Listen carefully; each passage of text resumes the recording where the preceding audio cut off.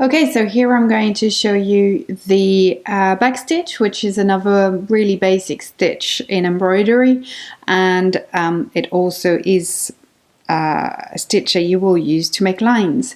So you will come through the back of your fabric, and then you're going to work in that kind of motion. So it's like a wavy motion. So you're going to go down one, and then your fingers at the back are going to help you push the needle back up. And you're going to look that this first space there is roughly equivalent to this one, so that you get a nice finish with regular stitches.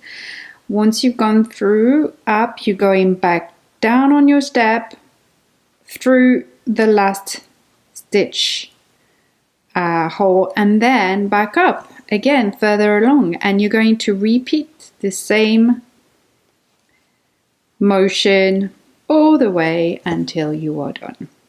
So I'm going to do that a couple more times, and then I'm going to let you go and practice.